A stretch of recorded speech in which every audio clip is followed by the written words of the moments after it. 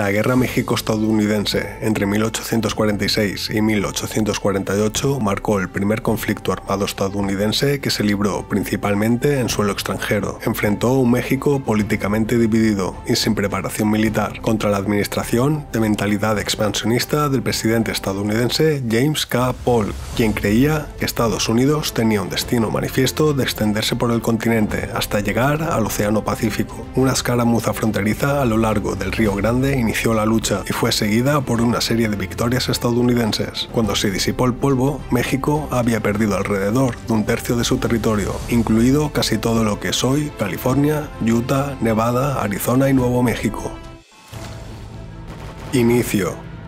Una ferviente creencia en la expansión de territorio se apoderó de los Estados Unidos en la década de 1840. En 1845, el editor de un periódico de Nueva York, John O. Sullivan, introdujo el concepto de destino manifiesto para describir la idea muy popular del papel especial de los Estados Unidos en la expansión del continente, el derecho divino y el deber de los estadounidenses blancos de apoderarse y colonizar el oeste americano, difundiendo así los valores democráticos protestantes. En este clima de opinión, los votantes de 1844 eligieron a James K. Polk, un propietario de esclavos de Tennessee, ya que prometió anexar Texas como un nuevo estado esclavista. También tomar Oregón. La anexión de Oregón era un objetivo importante para la política exterior de los Estados Unidos, porque parecía ser un área rica en posibilidades comerciales. Los norteños favorecían el control estadounidense de Oregón, porque los puertos en el noroeste del Pacífico serían puertas de entrada para el comercio con Asia. El presidente Polk, cuyo lema de campaña en 1844 había sido 54-40 o lucha, afirmó el derecho de los Estados Unidos a obtener el control total de lo que se conocía en aquel entonces como el país de Oregón. Según un acuerdo de 1818, Gran Bretaña y los Estados Unidos tenían la propiedad conjunta de este territorio, pero el Tratado de Ocupación Conjunta de 1827 abrió la tierra a la colonización de ambos países. Al darse cuenta de que los británicos no estaban dispuestos a ceder todos los reclamos sobre el territorio, Polk propuso que la tierra se dividiera. Los británicos, sin embargo, negaron los reclamos estadounidenses de tierra al norte del río Columbia. De hecho, el ministro de Asuntos Exteriores británico se negó incluso a transmitir la propuesta de Polk a Londres.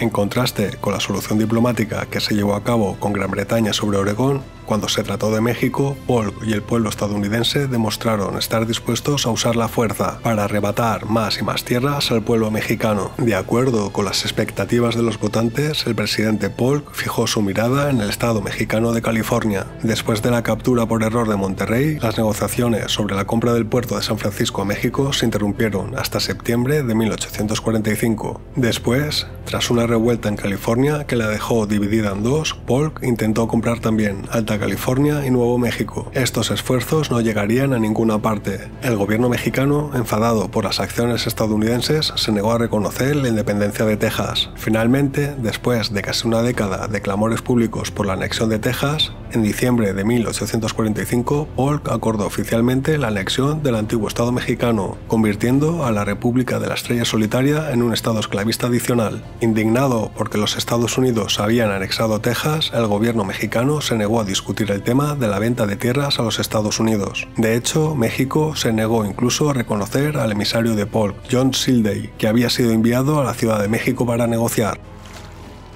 Guerra con México.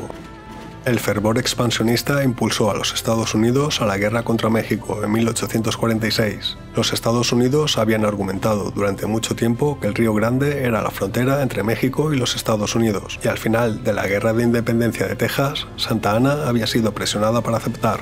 México, sin embargo, rehusó estar sujeto a las promesas de Santa Ana e insistió en que la frontera estaba más al norte, en el río Nueces. Establecerlo en el Río Grande, en efecto, permitiría a los Estados Unidos controlar la tierra que nunca había ocupado. A los ojos de México, por lo tanto, el presidente Polk violó su territorio soberano cuando ordenó a las tropas estadounidenses entrar en tierras en disputa en 1846. Desde la perspectiva mexicana, parecía evidente que Estados Unidos había invadido su nación. En 1845, cuando Texas se unió a los Estados Unidos, México insistió en que los Estados Unidos solo tenían derecho al territorio al noroeste del río Nueces. A su vez, Estados Unidos argumentó que también debería tener títulos de propiedad sobre todas las tierras entre el río Nueces y el río Grande. En enero de 1846, la fuerza de los Estados Unidos, que fue ordenada a las orillas del río Grande para construir un fuerte de su lado, se encontró con una unidad de caballería mexicana en patrulla.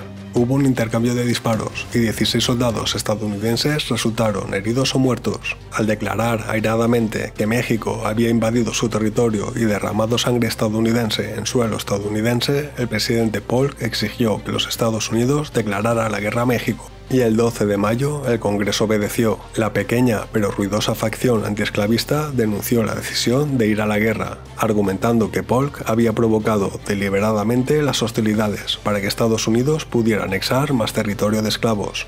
El representante de Illinois, Abraham Lincoln, y otros miembros del Congreso emitieron resoluciones puntuales, en las que exigían saber el lugar preciso en el suelo estadounidense donde se había derramado sangre estadounidense. Los demócratas, sin embargo, apoyaron la decisión de Polk, y los voluntarios del ejército se presentaron en masa, de todas partes del país, excepto de Nueva Inglaterra, sede de la actividad abolicionista. El entusiasmo por la guerra se vio favorecido por la creencia generalizada de que México era un país débil y empobrecido, y que el pueblo mexicano, percibido como ignorante, perezoso y controlado por un clero católico romano corrupto, sería fácil de derrotar. El sentimiento anticatólico jugó un papel importante en la guerra México-estadounidense. Si te está gustando el contenido, no olvides apoyar al canal dándole like y suscribiéndote. Para mí es de gran ayuda. Estrategia militar. La estrategia militar estadounidense tenía tres objetivos principales. Primero, tomar el control del norte de México, incluido Nuevo México. Segundo, apoderarse de California. Y tercero, capturar la Ciudad de México. El general Zachary Taylor y su ejército del centro fueron asignados para lograr el primer objetivo, y con armas superiores pronto capturaron la ciudad mexicana de Monterrey. Taylor se convirtió rápidamente en un héroe a los ojos del pueblo estadounidense, y Polk lo nombró comandante de todas las fuerzas de los Estados Unidos. El general Stephen Watts Kearny, comandante del Ejército del Oeste, aceptó la rendición de Santa Fe, Nuevo México, y tomó el control de California, dejando al mando al coronel Sterling. A pesar de las garantías del general Stephen Watts de que los nuevos mexicanos no debían temer por sus vidas o sus propiedades, los residentes de la región se rebelaron en enero de 1847, en un esfuerzo por expulsar al invasor, y aunque el coronel Sterling logró poner fin a la rebelión, las tensiones se mantuvieron altas. Una semana después de la caída de Monterrey, la Armada tomó San Francisco sin resistencia. Aunque algunos californianos organizaron una rebelión de corta duración en septiembre de 1846, muchos otros se sometieron a la toma de posesión de los Estados Unidos. Al frente del Ejército del Sur estaba el general Winfield Scott. Tanto Taylor como Scott eran competidores potenciales por la presidencia, y creyendo que quienquiera que se apoderara de la ciudad de Nuevo México se convertiría en un héroe, Polk asignó a Scott a la campaña para evitar elevar aún más al popular Taylor. Scott capturó Veracruz en marzo de 1847 y, moviéndose en dirección al noroeste desde allí, se acercó lentamente a la capital. Sin embargo, cada paso del camino fue una victoria muy reñida, y tanto los soldados como los civiles mexicanos lucharon valientemente para salvar su tierra del invasor estadounidense. Los defensores de la Ciudad de México, incluidos jóvenes cadetes militares, lucharon hasta el final.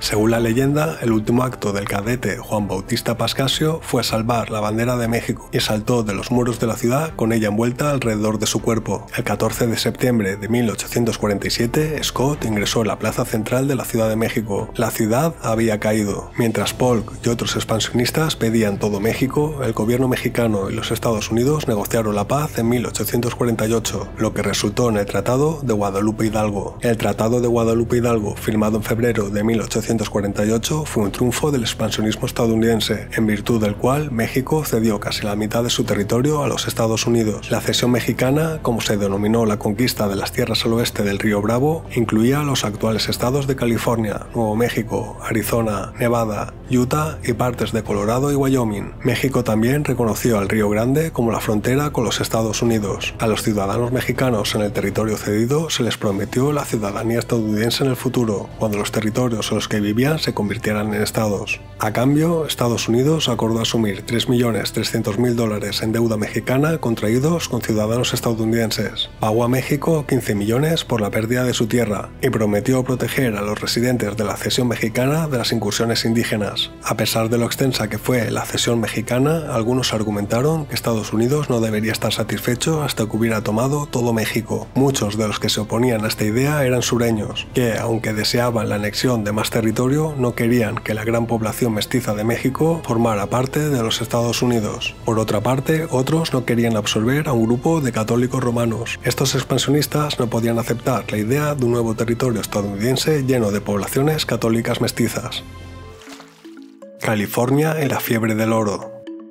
Estados Unidos no tenía forma de saber que parte de la tierra que México iba a ceder se había vuelto mucho más valiosa de lo que nadie podría haber imaginado. Pero si a día de hoy es fácil manipular la verdad con noticias falsas, imagínate en aquella época. ¿Piensas realmente que los Estados Unidos no sabían nada de la existencia del oro en California? Escríbeme abajo en la caja de comentarios. El 24 de enero de 1848, James Marshall descubrió oro en el aserradero que había construido con su socio, en la bifurcación sur del río Americano de California. Rápidamente se corrió la voz, y en unas pocas semanas todos los empleados de Marshall se habían ido a buscar oro. Cuando llegó la noticia a San Francisco, la mayoría de sus habitantes abandonaron el pueblo y se dirigieron al río Americano. Para finales de año, miles de residentes de California se habían ido al norte, a los campos de oro, con visiones de riqueza bailando en sus cabezas. Y en 1849, miles de personas de todo el mundo lo siguieron. La fiebre del oro había comenzado. La noticia sobre el descubrimiento de oro en California en 1848 se difundió rápidamente, y miles pronto se dirigieron a la costa oeste en busca de riquezas rápidas. La fantasía de riqueza instantánea indujo a un éxodo masivo a California. Los que no podían permitirse navegar hasta California cruzaron el continente a pie, a caballo o en carretas. Otros viajaron desde lugares tan lejanos como Hawái y Europa. Los chinos también llegaron y se sumaron a la población políglota en las ciudades prósperas de California. Una vez en California no encontraron la riqueza tan fácil de conseguir como habían imaginado al principio. Aunque algunos fueron capaces de encontrar oro al buscarlo o balear la tierra de los fondos de los ríos en artilugios con forma de tamiz llamados balancines, la mayoría no lo hizo. El oro que había sido arrastrado por las montañas hasta los arroyos y ríos se agotó rápidamente. Los mineros independientes fueron suplantados por empresas que no solo podían permitirse comprar tecnología de minería hidráulica, sino también contratar trabajadores para trabajar en las colinas. Los observadores en los campos de oro también informaron sobre el abuso de los indios por parte de los mineros. Algunos mineros obligaron a indios a trabajar por ellos. Otros los expulsaron de sus tierras, les robaron e incluso les asesinaron. En general, no gustaban a los extranjeros, especialmente los de América del Sur. Sin embargo, los más despreciados fueron los miles de inmigrantes chinos. Ansiosos por ganar dinero para enviárselo a sus familias en Hong Kong y en el sur de China, rápidamente se ganaron la reputación de hombres frugales y trabajadores, que rutinariamente se hacían cargo de las excavaciones que otros habían abandonado por considerarlas inútiles, y trabajaban en ellas hasta encontrar cada pedacito de oro. En 1850, California impuso un impuesto a los mineros extranjeros, y en 1858 prohibió toda inmigración desde China. Los chinos que permanecieron en el país frente a la creciente hostilidad a menudo fueron golpeados y asesinados, y algunos occidentales hicieron un deporte cortando las colas de los hombres chinos, las largas trenzas de cabello que les caía por la espalda. Esto podía tener graves consecuencias para la víctima, ya que hasta 1911 la ley de su nación exigía que todos los hombres chinos llevaran una cola como señal de lealtad. Los mineros que regresaran a China sin su cola podrían ser condenados a muerte. A medida que la gente acudía a California, la población de nuevo territorio aumentó de unos pocos miles a más de 100.000. Los recién llegados se organizaron rápidamente en comunidades y comenzaron a aparecer los adornos de la vida civilizada: tiendas, tabernas, bibliotecas, escenarios y albergues fraternales. Se establecieron periódicos y llegaron músicos, cantantes y compañías de actores para entretener a los buscadores de oro. El epítome de estas ciudades prósperas de la fiebre del oro fue San Francisco, que contaba con solo unos pocos de cientos de residentes en 1846,